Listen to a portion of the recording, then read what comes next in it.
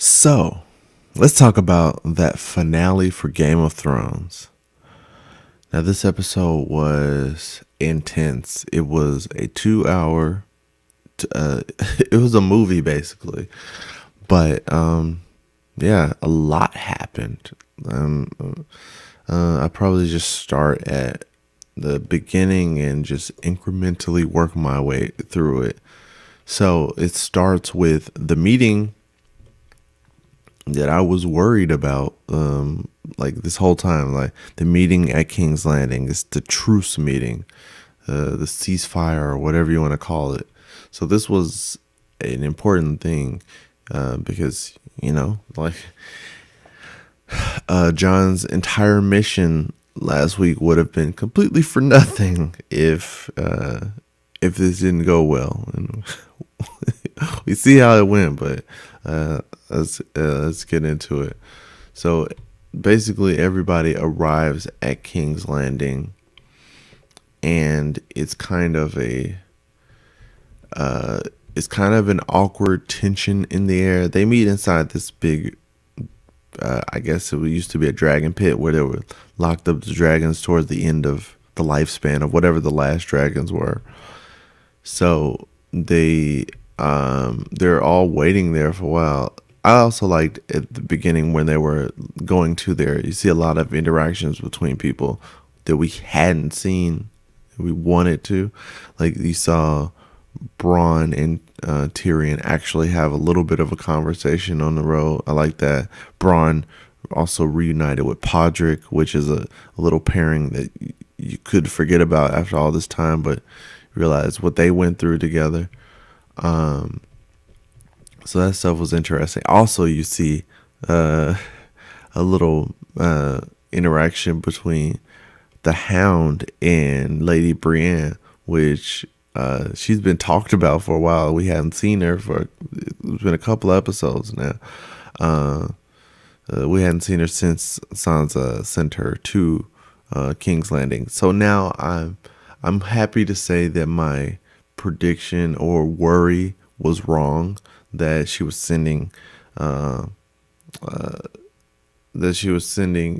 to King's Landing so they should be out of the way so she could make a move on Arya. I'm so glad that theory ended up being wrong, because Brienne was actually not needed for what they ended up doing, which I'm glad it got done, but we'll talk about that. So they're in there and they're waiting for a while, and I was wondering, and it seemed like they were wondering as well, if this was a setup. And that was like, it was scary, because I really felt like it was a possibility that they were just gonna be attacked with wildfire or whatever. Like this is gonna be a Sept of Baelor situation all over again. Actually, so Cersei finally shows up. And then she's wondering, like, okay, where's Daenerys? And it says, oh, she traveled separately. So you know what that means. They bring in the dragons. That's a huge power move, just to fly in on a dragon. She's just like, yeah, I'm here. So I was worried about that, because it was like, this is the place where they created that scorpion crossbow thing. Like, do you really want to just fly in there? Like it's safe? So I don't know. I feel like probably since we've lost one, the other two dragons are probably safe for now. But I wouldn't be so careless with them like that. Yeah. So the new dragon queen meets the old evil queen. It's an interesting show off. They don't have words at first, but we'll see. It gets there, and it gets interesting. So this meeting pretty much devolves like it.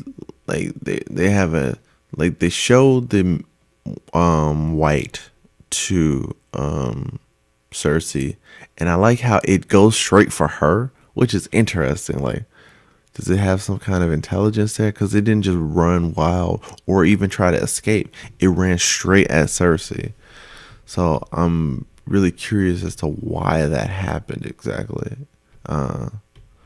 maybe it knows like who the queen is. Like the White King, the Night's King, he does, like, he's an intelligent being. The White Walkers are like, they're smart. They make plans. They strategize. They have military tactics. So maybe that's who he was sent there for in the first place, because they want to take over and kill all the people. So why not start with the queen? So maybe the whoever created this Walker, maybe if it was the Night's King itself, maybe it was controlling him and just telling him, like, when you see the queen, kill her. Maybe there was something to that, but it was interesting. But they basically use the white as a demonstration, like, okay, you can burn them. That's one way to kill him. You can kill him with dragon glass. And he pulls out this like dagger made out of dragon glass, which I didn't see them using a whole lot of when they were north of the wall. I was wondering about that because when they fought the White Walker bear, I think Jorah finally stabs it with like a shard of dragon glass, and then we never see them use it again in that episode. I'm like, you came very ill prepared to this excursion north of the wall, especially when you're trying to catch a white. But we see that they do finally have weapons made of dragon glass, so I guess they finally stopped off with Gendry and had him mold them some weapons. Then it was funny, like how, like, okay, he finally convinces everyone, like, okay, this is what's coming for us, and they're gonna kill everybody and then raise them back from the dead, and we're all gonna be zombies.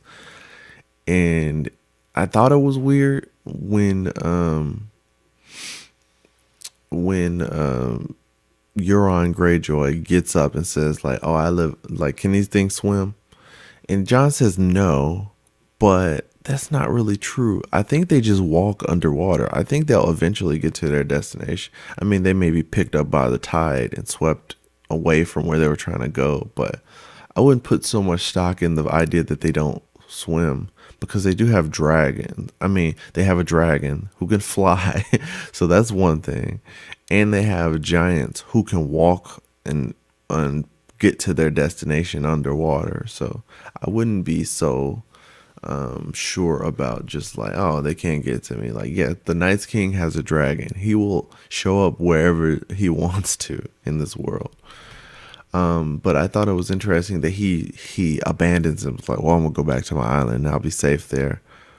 Number one, like all the things I just mentioned, like he's going to get there. Number two, they didn't seem true to character, especially since he was trying to be all big and bold in the beginning of this meeting. So I thought there was some shadiness there. I didn't know exactly what the real thing was behind it, but that was interesting. So this meeting devolves because Cersei wants John to plead his loyalty to Daenerys, and he says no. It's like, I find, because after all this time he finally bent the knee. Then you have another queen to be like, no, don't support her in this coming war. It's like, well, that's not gonna be a thing. I do love that Tyrion and everybody pretty much is like, why didn't you just lie to her? Because Tyrion is like, you should learn to lie just a little bit. So that was funny. So then Tyrion has to meet up with her, and this was the confirmation during this meeting. It was an interesting back and forth between them. That was like, it felt like an honest, like, frank family argument. But like, this was the confirmation that apparently, like some people thought, but like, this is confirmation that Cersei was not actually lying when she said she was pregnant, because she was kind of instinctively like grabbing her stomach, and Tyrion notices and says, you're pregnant. So I thought it was a lie. I thought it was a possibility that either it was a lie to keep Jaime in line, or that this baby is destined to not be born, because that prophecy, I think, only mentioned 3 children. Not saying that she couldn't have 3 children, but for sure 3 children were going to be born and 3 were going to die. And then maybe they just left out this last one because it never got to be born. Who knows? So the argument with Tyrion and Cersei was like I felt like you could really feel it. because he was like, why don't you have him kill me right now? And I felt like she finally got to a point that she's definitely not over all the hatred she has for Tyrion, but she kind of is at a manageable level. Like, she hates everyone and she doesn't kill everyone. So it's kind of, she's at that level with Tyrion. It's like, he used to be the person she hated most in the world, but now I think that title has possibly shifted to Daenerys. So I feel like maybe there's something there. It's interesting to finally see them together because it's been so long. And you forget, like, oh yeah, they are siblings. So they had this interaction that felt like a sibling interaction. I'm trying to think what happened after that. It was I think after that we see Cersei come back, and she gives the line, which we find out was a total lie, total BS after the fact. That she's like, okay, I will go north with you to help fight the armies, and I hope you'll acknowledge the fact that I did this without any promises from you. So she's trying to be all high and mighty in what she knows is total BS promise. So this so next they went to I think we see them. There's a little bit of Theon and John, which was interesting. They finally come to terms with everything that's happened. And I like how John said, "It's not my place to forgive you for everything you've done, but for the part that I forgive you." So that was interesting. And also he says, "Well, you don't have to choose between being a Greyjoy and a Stark. You're a Greyjoy and a Stark." Number one, I disagree with that. Like, Theon, you're a Greyjoy through and through because you can't be trusted. But you know, that's their resolution as brothers or whatever, and it also emboldens him to go and fight the other guy from the Iron Island, saying like, okay, we need to go save Yara. He sees all the stuff that they're doing in King's Landing. He's like, okay, I need to take this little side quest. So this is gonna be what we're following next season. At the least, we know we're gonna see this. So, you know, the guy talks big and bad and attacks Theon. And I knew it was going to get to the point where it's like, okay, he's going to try to kick him in the balls. I know this is going to happen and it's going to be his advantage finally. And he does. He tries multiple times. Like, don't you get it after the first time? Like, it's clearly not working. So he uses that as an advantage, and then he bashes his head in. And I like how even after that, he says, okay, let's do this. Not for me, but for Yara. So they finally fall in line, and then so we know that's what Theon's gonna be off doing. But then they go back to Winterfell to a moment that I feel like will live. I mean, it's obviously going to, but it's going to live in Game of Thrones history, because we find out I was less confident in this storyline than other people were. They was like, maybe this is a double reverse, and they're both playing Littlefinger. And the only thing that felt true to that statement for me was when she gave Sansa the dagger. I was like, okay, that's significant. If this actually does turn out to be the secret plan of the two of them working together, then handing off that dagger was something significant to that. And it was interesting because they did this, and it's something they don't usually do on Game of Thrones, is reveal a plot twist to us that two people were conspiring on that we never see. I mean, I guess they haven't all been revealed, but that could be true of many characters. But in this case, it seemed like something that we just weren't deliberately not being shown when throughout this season, however they were figuring this out. So I do like the reveal because, like, it is a shock to the audience and to obviously to Littlefinger himself. I kind of saw it coming when she brought her in there. It's like, you stand accused of murder and treason. I was like, really? And I was trying to think of the instances that she could be talking about. I was like, I don't know what she's talking about. And then she says, Lord Baelish. I love that twist. That so he has no way to defend himself, and I love how she's just running down his laundry list of crimes. Like, you killed my aunt, but you pushed her out the moon door. You killed her husband, John Arryn. Yeah, and remember, him killing John Arryn was the thing that kicked off this entire series of events with the Starks versus the Lannisters. But so she's running down all this stuff, and he has basically no defense at all. So I love that she just passes down the sentence. So Arya slits his throat. So that's it. Littlefinger is gone. I did not think that was gonna happen in this finale, because like, we have a season left. I felt like he was an in-game boss. Like, maybe he was gonna get as close as he could to the Iron Throne and then just be overthrown at the last second. But turns out they got him in Winterfell. He only got about halfway to his goal. He was Warden of the Vale. That's the highest office he held.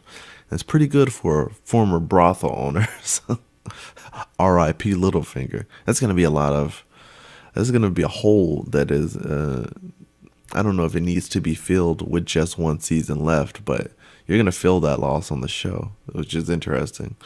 So yeah, Arya's the one who slits his throat. And I like that they had this little conversation after the fact.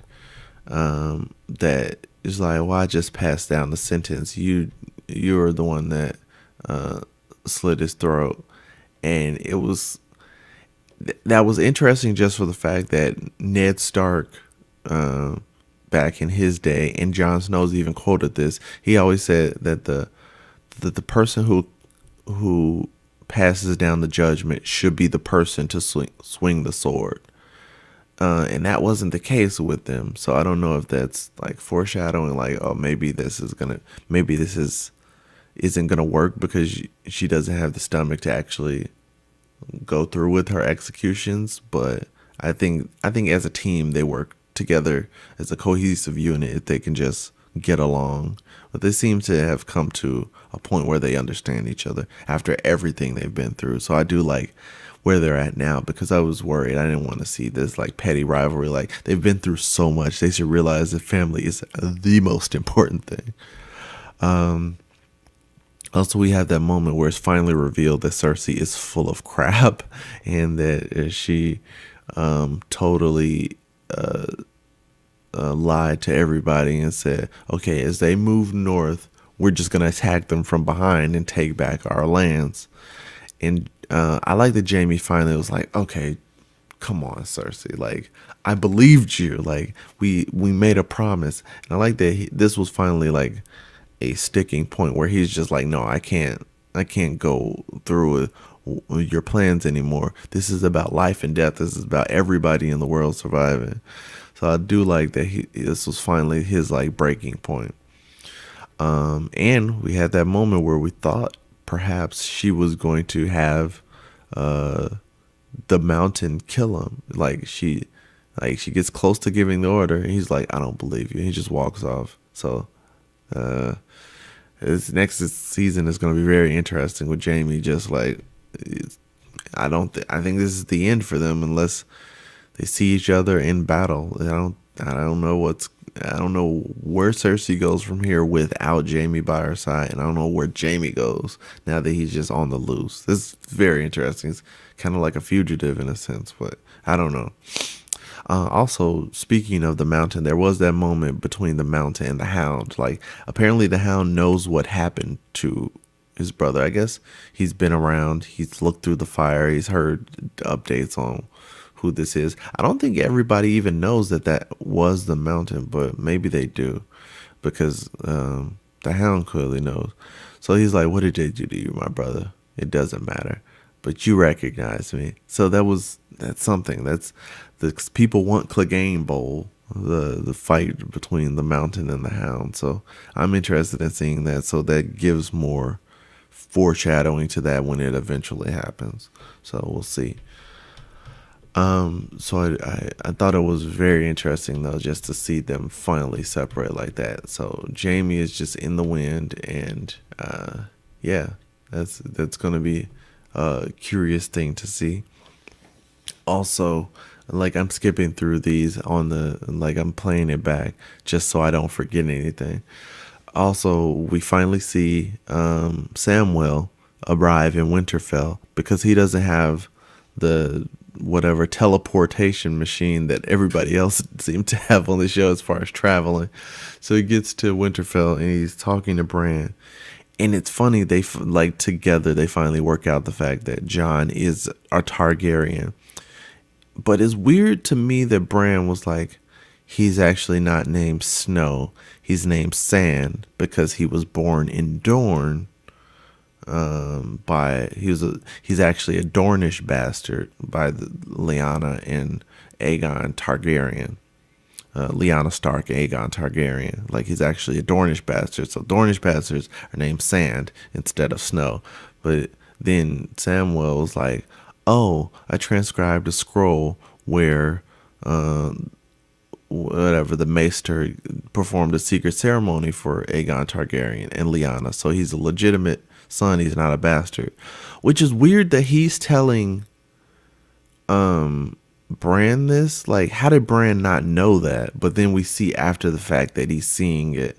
So I guess he saw enough to know who John's real father is, but he just didn't finish the story. He's like, "Oh yeah, I saw that baby was John," and then I kind of tuned out after that. So I guess Bran had to go back and rewind. He's like, "Okay, oh yeah, there was a wedding there." It's just weird because as that scene was going on, I was like, "How does he know this?" But Bran doesn't. He just said he remembers everything, but he has to actually like go back and actively seek that information. It's just not all floating there at the same time, like Dr. Manhattan or something. So I do like that they show that confirmation of like the ribbon tied around the wrist. I think we saw somebody else get married like that, but I can't remember exactly who. But that's interesting, just seeing the ribbons tied to show the bond of the husband and wife. And we finally, I don't think we had seen Aegon or Lyanna's faces before, but maybe we had, but I don't remember seeing them before. It was interesting. They were still like in shadow, almost in silhouette, that you don't really see what they look like, but you see the blonde hair on Aegon, you see Lyanna's black hair. So that clear distinction of Stark and Targaryen, like and like speaking of Starks and Targaryens getting together, right after we see this, we see what a lot of people have been waiting for. The love scene, I guess you could say, between Jon and Daenerys after just confirming that they are aunt and nephew.